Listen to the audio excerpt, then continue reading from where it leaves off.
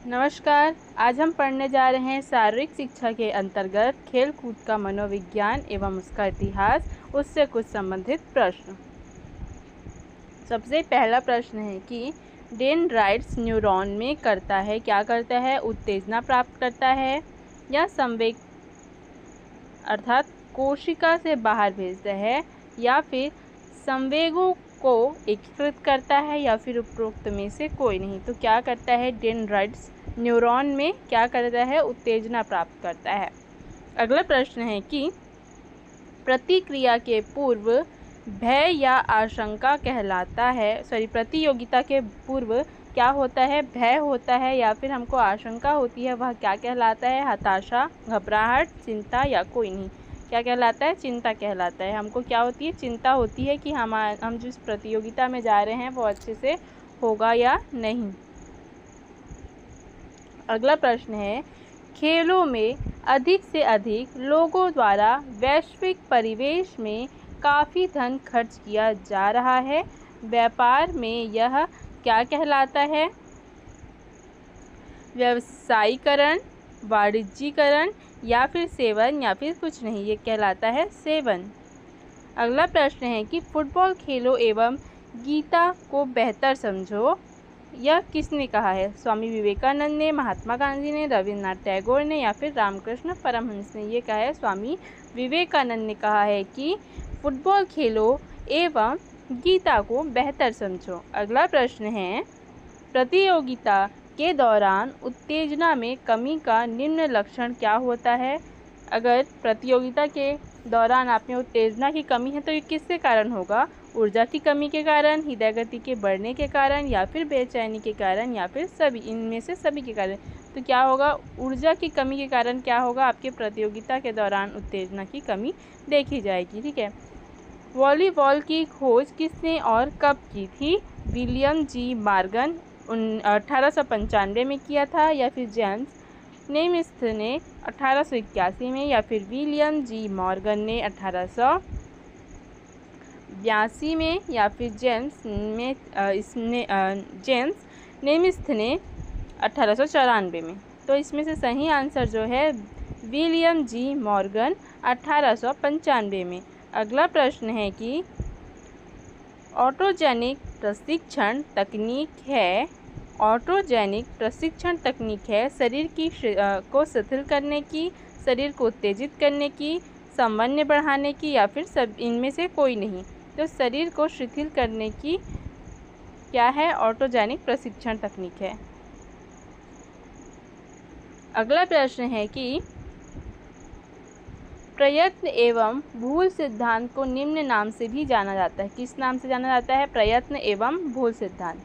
अनुकूल सिद्धांत, संयोजनवाद सिद्धांत या फिर अंतर्दृष्टि सिद्धांत या फिर इनमें से कोई नहीं। क्या नाम से जाना जाता है? संयोजनवाद सिद्धांत। संयोजनवाद सिद्धांत के नाम से जाना जाता है प्रयत्न एवं भूल सिद्धांत को। संवेग मनोदैहिक प्रतिक्रियाएं हैं, यह कथन निम्न का है। किसका कथन है कि संवेग क्या है? मनोदैहिक प्रतिक्रियाएं हैं। मैकडॉगल, यंग या फिर सैंडीफोर्ड या फिर क्रो एवं क्रो, किसका कथन है ये? मैकडॉगल। ठीक है, मैकडॉगल। खेल समाजशास्त्र अध्ययन करता है, संस्कृति एवं मूल्य खेल को कैसे प्रभावित करती है? खेल में भागीदारी संस्कृति एवं मूल्यों में क्या बदलाव लाते हैं?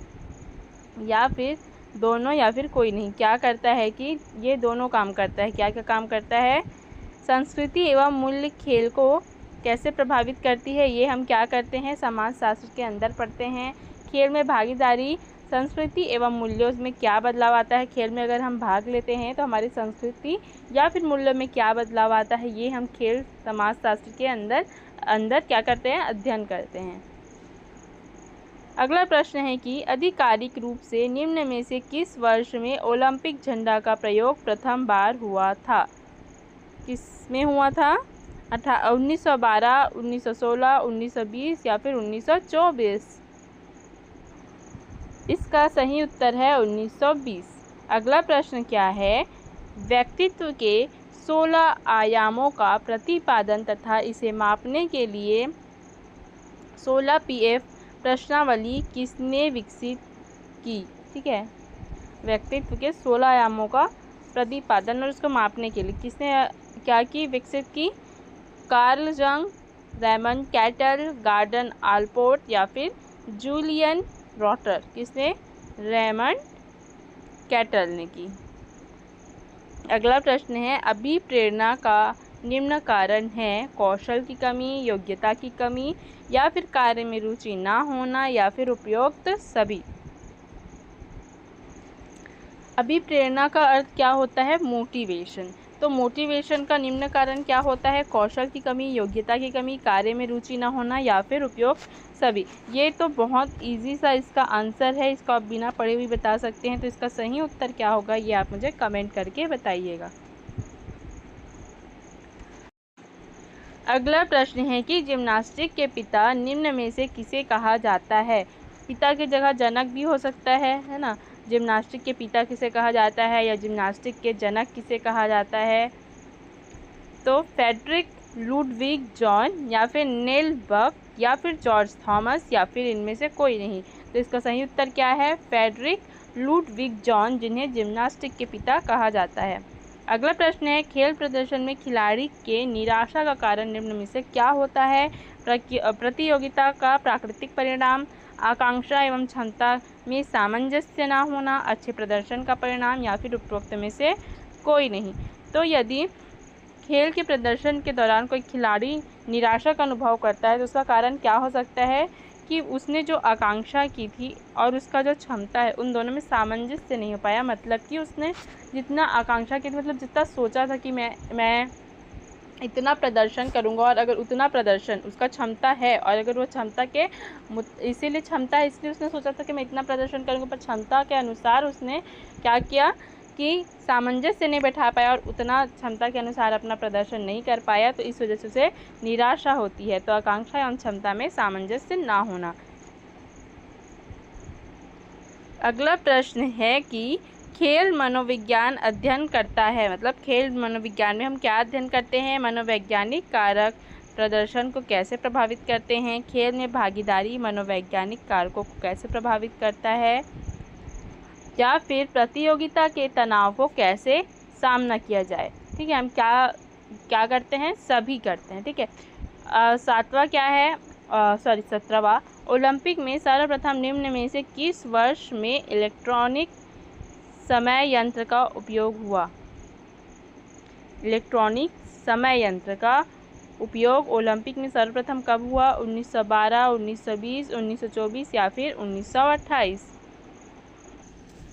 इस प्रश्न के उत्तर है मेरे को थोड़ा सा कन्फ्यूजन है मुझे, तो मैं वो आपको बाद में क्लियर करके बताती हूँ। अगला प्रश्न है कि ऐसा समय सीखने के दौरान जब सीखने में धीमापन आता है एवं प्रदर्शन में ठहराव दिखाई देता है, उसे क्या कहते हैं? पठार, या फिर उच्च बनने की प्रक्रिया, या फिर उठाल, या फिर दमन। इसे पठार कहते हैं।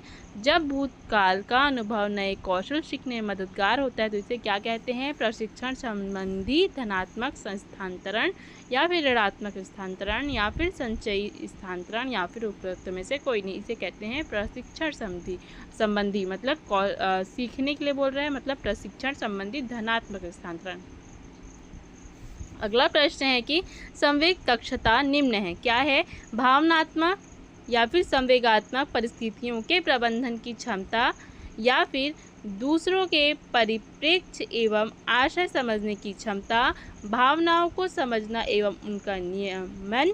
तो ये क्या है? उपरोक्त में से सभी है। गामा कौशल मुख्यतः निम्न का परिणाम है, सीखने का, परिपक्वता का, या फिर अभ्यास का, या फिर दूसरों के अवलोकन का। तो क्या है? सीखने का परिणाम है। खेलों में व्यक्ति के व्यवहार का अध्ययन खेल मनोविज्ञान है। यह कथन किसका है? सिंगर, अरस्तु, प्लेटो, या फिर गेटमैन। किसका है? सिंगर।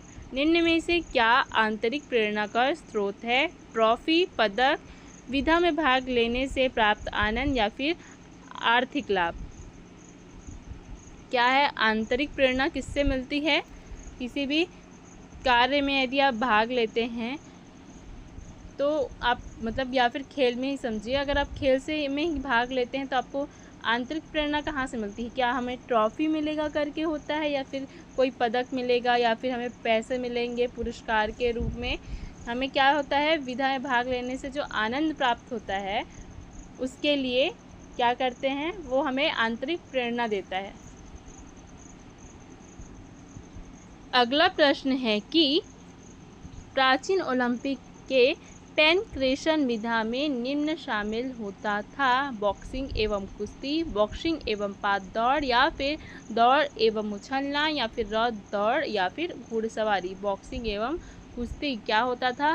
प्राचीन ओलंपिक के पेनक्रेशन विधा में शामिल होता था।